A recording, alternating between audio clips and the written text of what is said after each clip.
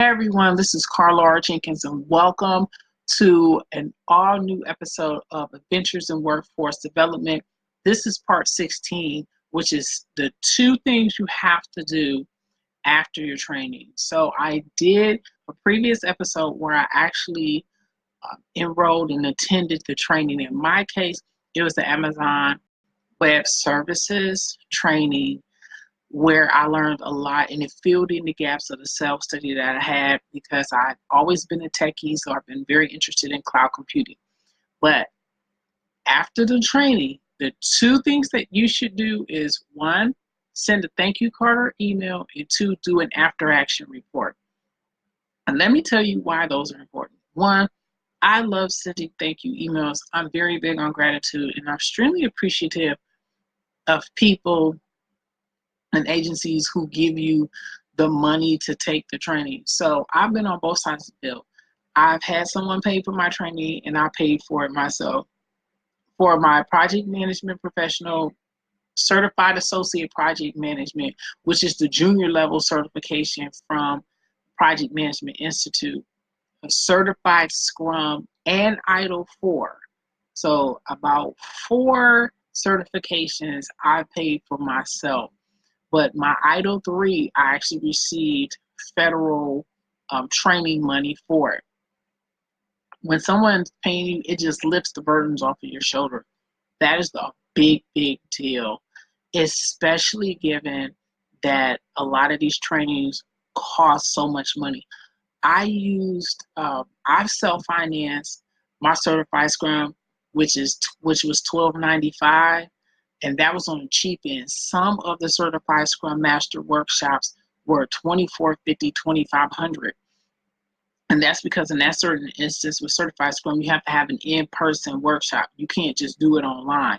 And even if you do it online, it's still a cost when you take some of those programs. So I've been on both sides. I'm extremely grateful that you pay for it. So send an email or a thank you note to your training specialist just to let them know I greatly appreciate everything that you've done. The second thing that you do is an after action report. So summarize your experience, the good and the bad. And the reason why is even though that's not your money, it's their money and they want to see whether or not the training that you take is a wise value for them to continue that relationship with that training provider. And I think that's very important. It's you're thanking them for paying for it, but you have to be objective and honest about your experience, because what's the point of you going and taking the training, not liking how it's presented or not understanding how the lab or the exercises were, never voice that, and then the agency recommends the training to the person after you. When you do the after action reports and you tell people how things are, it really, really, really helps them make better financial decisions.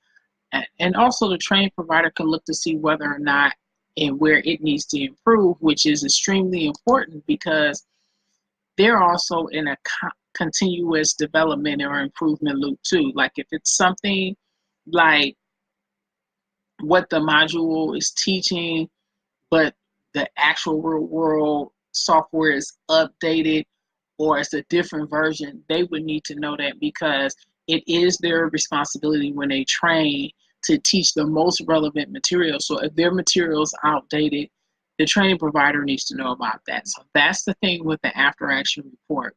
So the two things I recommend you do after you take your training or any type of workshop is number one, send the training specialist a thank you email or a thank you card, and two, do an after action report summary so that they can know the good and the bad of it and also what you learned. So for this episode of workforce development, make sure that you do those two things. It's great rapport.